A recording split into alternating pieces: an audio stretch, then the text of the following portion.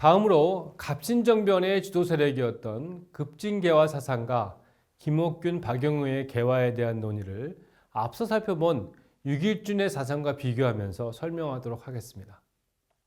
이들의 생각과 논의가 우리가 앞으로 배울 다음 차트에서 배울 갑신정변의 이념적 토대가 되었음을 잘 이해하기 바랍니다. 즉 김옥균, 박영우가 주도하고 나머지 홍영식 이런 사람들이 서광범 이런 사람들이 다시 같이 합류했는데요. 이 김옥균, 박영우가 무슨 생각으로 1884년에 갑신정변을 일으켰을까라는 것에 대한 이념적 토대를 좀 잘 이해하시라는 부분입니다.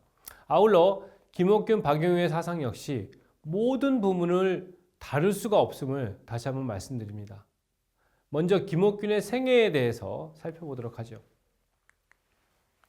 김옥균이라는 사람은 1851년에 태어나서 1894년에 죽었어요.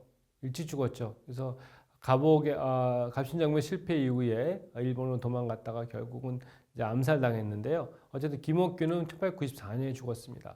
자는 백원이라고, 호는 고우 또는 고균이라고 했고, 두타거사라는 호를 동아시아에는 호가 있죠. 호를 사용하기도 했습니다. 6살 때 먼 친척의 양자가 되고 15살 때부터 21살 때 21세가 되는 그 해까지 양부, 그렇죠? 친부는 아니고 양부가 강원도 양양부사로 재직함에 따라 그곳에 머무르면서 강릉에 있는 송담서원이라는 곳을 공부했는데 이때 율곡할, 여러분 그 유명한 율곡 이이 선생의 학문이죠. 16세기의 개혁사상가 율곡 이이, 우리 지금 한국 돈에 5,000원권에 들어가 있는 율곡 이이의 학문에 심취하였다고 합니다. 그 뒤에 22살 때, 22세 때 1872년에는 알성문과라는 그 시험에 장원급제해서 사원부 지평이 되었고 24세 때에는 홍문관 교리에 임명되었습니다. 이 시기부터 아까 설명드린 초기 개화파인 박규수, 유홍기 등 초기 개화 사상가들로부터 지도를 받기 시작했고 박영효, 서광범, 서재필, 나중에 독립신문을 발행한 서재필 등과 함께 승려, 이동희라는 초기 개화파와 접촉하고 그에게서 큰 사상적 영향을 받았다고 합니다. 29세에는 개화당을 조직해서 29세가 1879년인데요. 개화당을 조직해서 개화운동에 본격적으로 참여하기 시작했으며 그 수차례에 걸친 일본 방문과 일본 지식인들과의 교류를 통해서 한국 사회의 변혁의 필요성을 인식하고 34세가 되는 1884년 때 갑신정변을 일으켰으나 3일 만에 실패했습니다. 이건 나중에 다시 설명드리겠습니다. 이후 일본 정부의 냉대 속에서 불우한 망명 생활을 지속하다가 1894년 조선정부, 즉 한국 정부가 보낸 자객 홍종우에 의해서 중국 샹하이에서 살해되었습니다. 19세기 후반 문호개방기에 한국의 소위 급진개화파를 이끄는 리더로서 혁신적인 개혁개방 사상을 전개한 인물로 평가되고 있습니다. 다음으로는 박영효의 생애입니다. 박영효는 1861년부터 1939년까지 살았는데요. 그렇죠? 그 김옥균보다는 좀 어린 한 10살, 7, 8살 어린 사람이고요. 그다음에 훨씬 더 늦게 죽었죠. 1939년에 죽었으니까요. 박영효의 호는 충고이고 그다음에 13살 때 1873년에 13살 때 철종의 딸인 영애옹주와 결혼해서 금능이 즉 사위가 되었습니다. 바로 이 부분이 이 금능이가 되고 철종의 그 딸이니까요. 그러니까 왕의 딸인 딸과 결혼했으니까 왕의 사위잖아요. 부마라고 하는데 사위이기 때문에 김옥균과 같이 이렇게 암살당하거나 그렇게 되지 않았던 것입니다. 반면에 박영효는 또 이런 사위라는 아주 자기가 갖고 있는 좋은 배경에도 불구하고 목숨을 걸고 갑신정변에 참여했다는 것도 굉장히 중요한 부분이기도 하고요. 어쨌든 1870년대 후반부터 김옥균, 서광범, 홍영식, 서재필 등과 함께 개화당을 결성하고 개화운동에 전력을 다했으며 1882년에 수신사로 일본에 다녀온 후에 1884년 급진개화파가 단행한 갑신정변의 주체로서 큰 역할을 담당했었습니다.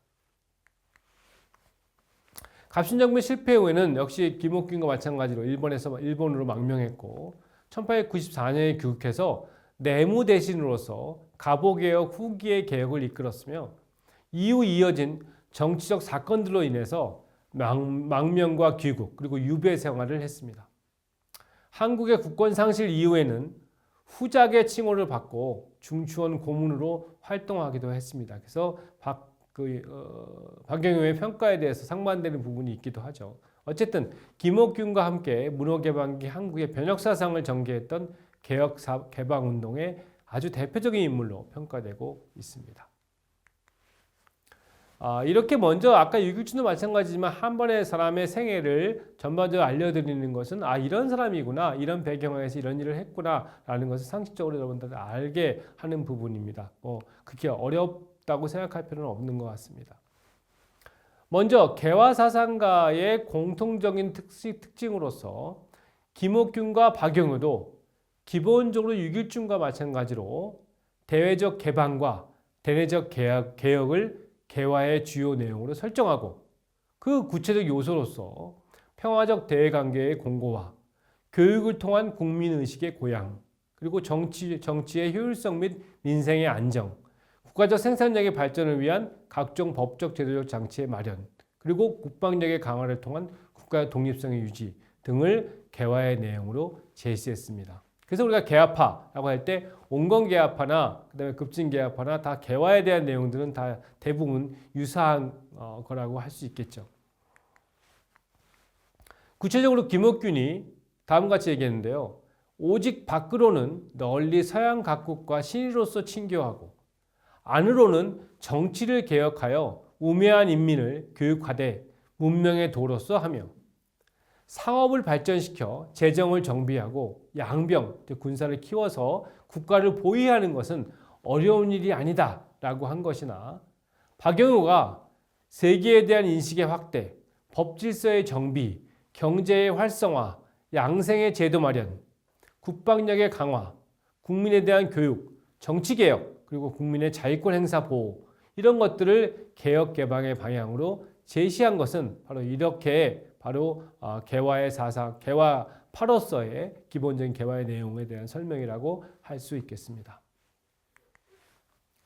이렇게 개화의 방향성과 내용에 있어서는 양자 간의 비교적 동일한 측면, 즉 유길준의 온건개화파와 김옥균, 박영우의 급진개화파 사이에 동일한 측면을 많이 보여주고 있음에도 앞서 살펴본 바와 같이 개화의 속도에 관해서는 유길준이 급진개화파의 노선을 철저히 반대하는 입장에서 점진적 개혁 개방의 당위성을 주장한 것과는 달리 아까 그랬죠, 그렇죠? 천천히 국가마다 시세가 다르기 때문에 서두를 필요 없다라는 거죠.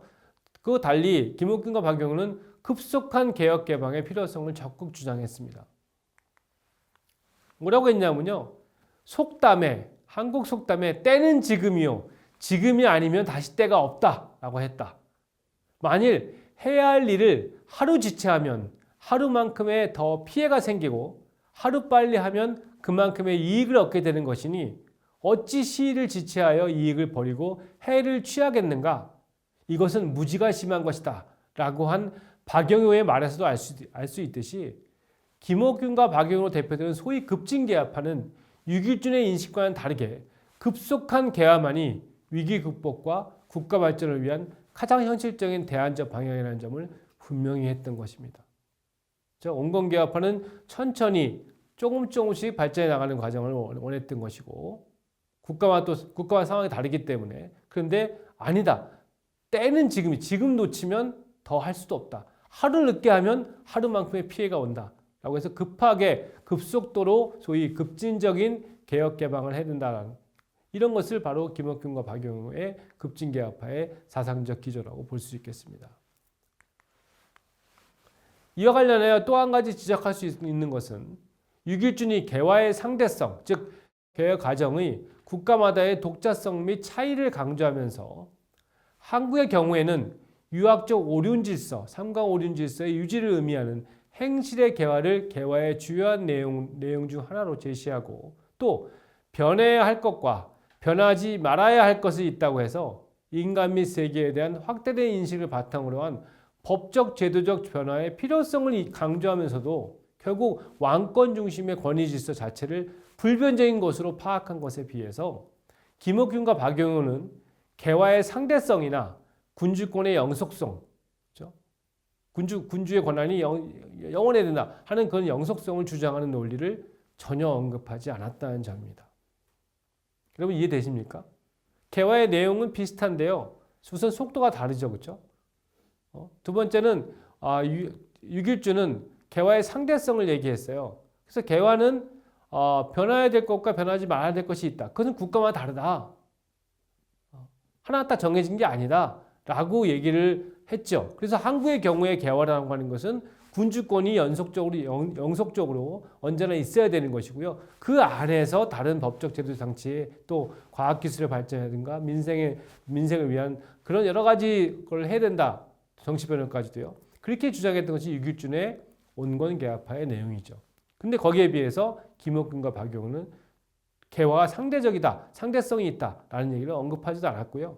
또 군주권이 영원한다라는 걸 주장한 논리를 전혀 얘기하지 않았다는 점입니다. 오히려 김옥균과 박용훈은 공통적으로 한국의 후진성을 적극 인정하는 범위 내에서 이미 발전을 이룩한 서구 및 일본의 경우를 들어서 보다 철저하고 근본적인 개혁, 개방의 당위성을 역설했던 것이며 이러한 인식을 가진 그들로서는 온건개화파가 주장하는 제왕권의 유지라든가 또는 강화 이런 것들이 국가 발전의 기본 토대가 될 수는 없는 것이었습니다.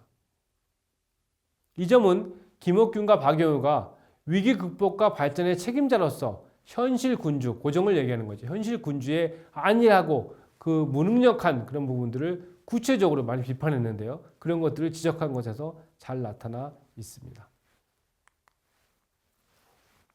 이처럼 김옥균과 박영훈은 문호개방기 조선이 처한, 한국이 처한 대내적 위기의 원인을 대내적으로는 피지배 계층에 대한 수탈과 착취에만 몰두하고 대외적으로는 국가적 위기에 적절히 대응하지 못하고 있는 현실 군주 및 집권 세력의 무능력과 부패 그리고 양반 관료 사회의 구조적 모순에 있음을 정확히 인식하고 이를 극복해서 다수 국민의 생존권과 국가적인 독립 유지를 확보하기 위한 개혁 개방에 철저하고 광범위하며 급속한 개혁 개방의 방향성을 제시했던 것입니다. 따라서 이들의 정치 목표가 철저히 피지배 계층의 입장에서 대내적 개혁과 대외적 개방을 통해 발전을 이룩함으로써 다수 국민의 생존권 및 생활권을 보호하고 이를 바탕으로 약육강식의 국제 정세 속에서 국가적 독립성을 보존해 나가는 보민호국, 민을 보호하고 국가를 보호하는 보민호국이 되는 것은 당연한 논리적 귀결이었습니다. 그리고 이러한 정치 목표를 달성하기 위한 수단이 바로 우리가 배울 1884년의 갑신정변이었던 것입니다. 이상에서 제4차시 강의를 마무리하도록 하겠습니다. 제3차시 강의에 이어 제4차시 역시 여러분들에게 좀 어려운 내용이 될 수 있겠습니다만 근대 한국의 정치와 외교에 있어 온건개화파와 급진개화파의 역할이 중요했다는 점에서 그들의 인신론적인 근거를 일부분이나마 살펴보는 것이 중요했다라고 제가 생각했다는 점을 잘 이해해 주시기 바랍니다. 다음 제5차시에서는 갑신정변의 경과에 대해서 살펴보도록 하겠습니다.